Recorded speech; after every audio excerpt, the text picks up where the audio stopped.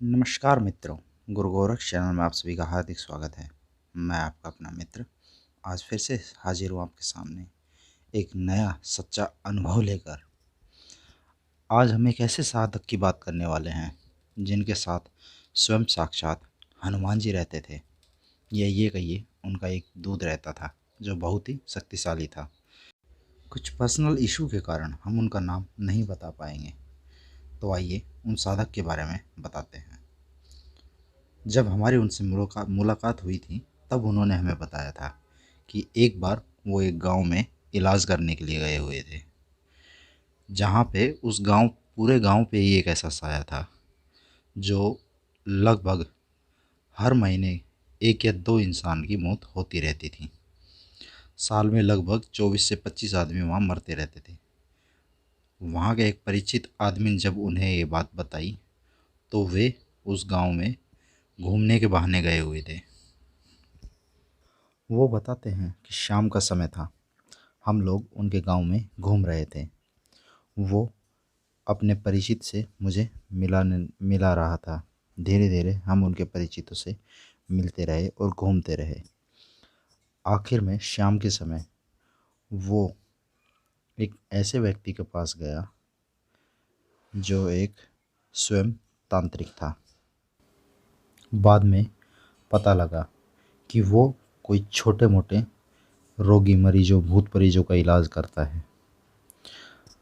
वो अगर किसी को छोटे मोटे भूत प्रेत होते तो उनका इलाज करता था। उसने इस गांव की बीमारी के बारे में, जिससे लोगों की मृत्यु हो रही थी, उसका भी इलाज करने की कोशिश की। लेकिन उसी ने इस गांव वालों को ये बात बताई कि ये कोई बहुत बड़ी बला है जिसे वो अपने काबू में नहीं कर सकता। धीरे धीरे उनसे बातें करते हुए शाम होने लगी और अंधेरा छाने लगा। हम तीनों उनके घर में एक जगह बैठे हुए थे।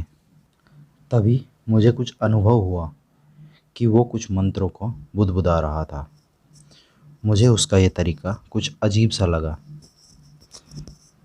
मेरा जो मित्र था जिसके साथ मैं उनके घर पे गया हुआ था, वो उनके घर के अंदर पानी लेने के लिए गया हुआ था।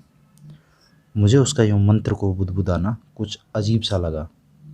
इसलिए मैंने भी अपने रक्षा कवच के साथ हनुमान जी का आवाहन किया और उन्हें दर घर के उसके मेन दरवाजे पर खड़ा कर दिया। बाबा की इतनी दया थी कि बाबा उसकी शक्ति को बुलाने से पहले वहाँ पर आके खड़े हो गए। वो अपने मंत्रों को बुदबुदाए जा रहा था। तभी मुझे कुछ आभास हुआ और बाहर से आवाज़ें आने लगीं, जैसे बाबा किसी के साथ बहस कर रहे हैं। वो शक्ति कुछ ऐसी थी कि बहुत लंबी चौड़ी थी और चारों तरफ हवाओं में फैली हुई थी। किसी राक्षस की तरह चिल्लाती हुई दौड़ी आ रही थी और बाबा के पास आकर वापस जा रही थी। वो बाबा के दरवाजे पे खड़ा होने के कारण अंदर नहीं आ पा रही थी। उसने बाबा से कहा कि बाबा मुझे जाने दो, मेरा भक्त मुझे बुला रहा है। अगर मैं अंदर नहीं गई तो उसने मेरी सिद्धि की हुई है और मेरे वचन झूठे हो जाएंगे, इसलिए मुझे अंदर जाने दो।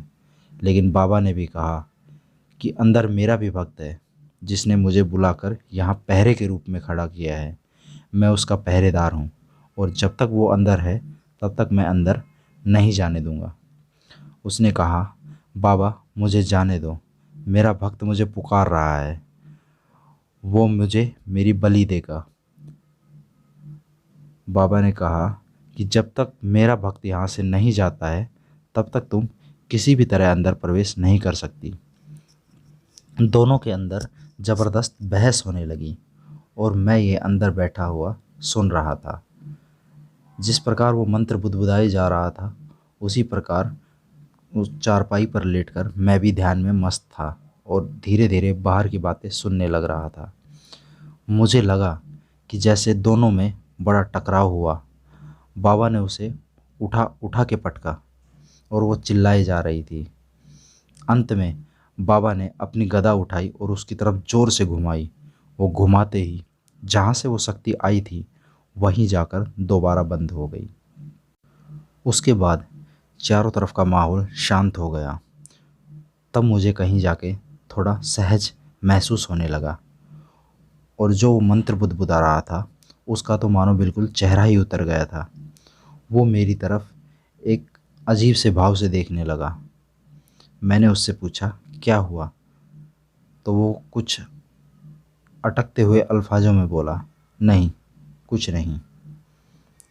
उसकी शक्ति को बाबा ने एक ऐसी जगह कैद कर दिया था जहाँ से वो आई थी वहीं पे कैद कर दिया और ऊपर कवच लगा दिए थे। बाद में मैं खुद अपनी आंखों से देखा कि बाबा अंदर आए।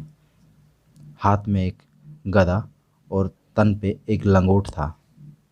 बाबा के बाल बड़े बड़े थे, कुछ इस प्रकार वो एक छाया के रूप में दिख रहे थे, हल्के धुंधले धुंधले। बस उन्हें मैं ही देख पा रहा था। वो अंदर आए, उन्होंने हवा में कुछ हाथ घुमाया और उस तांत्रिक की सिद्धियों को बांधकर एक खूंटी पे टांग दिया। उसके बाद मेरा मित्र तब तक अंदर से बाहर आ गया था। हम लोगों को पानी पिलाया और बाबा भी अपना काम कर कर चले गए थे। मुझे बड़ी खुशी हुई। मेरे चेहरे पे हल्के हंसी के भाव थे और वो जो तांत्रिक था उसका चेहरा बिल्कुल उतर चुका था। हम लोग शाम के समय घर आए। उस मित्र के घर जाकर मैंने उसे बताया कि शायद आज के बाद तुम्हारे इस गांव में लोगों की अकस्मात मृत्यु होनी बंद हो जाएगी और यहाँ लोगों को बोलो कि हनुमान जी का मंदिर बनाकर उसकी स्थापना करें और उनका पूजन पाठ करें। मित्र ने कहा, ठीक है, मुझे गांव वालों से बात करनी है, लेकिन आपको यहाँ देखकर क्या लगा? मैंने कहा कि यहाँ कुछ नहीं, बस कुछ बीमारियाँ थी जो अब ख़त्म हो गई है। मैंने उसे ये नहीं बताया कि जो आपके गांव का, जिसे आप अच्छा तांत्रिक समझ रहे थे, वही इस बला का जड़ थी। उसने शमशान से किसी ऐसी पैशाचिक शक्ति की सिद्धि की हुई थी जिसे वो बार बार शक्ति बढ़ाने के लिए नर बलि देता आ रहा था और लगातार गांव के लोगों को ही उसकी बलि चढ़ा रहा था। लेकिन अब उस गांव में बिल्कुल सब कुछ शांत था। मैं भी सुबह की बस से अपने घर वापस आ गया और उसके बाद दोबारा कभी उस गांव में इस प्रकार मृत्यु नहीं हुई। यही उनका एक किस्सा था। तो आपको कैसा लगा ये उनका किस्सा? हमें कमेंट में ज़रूर बताएं। चैनल को लाइक करें, शेयर करें, सब्सक्राइब करें और घंटे के बेल आइकन को भी दबाएं ताकि हमारी आने वाली अगली वीडियो आप तक नोटिफिकेशन पहुंच जाए। धन्यवाद।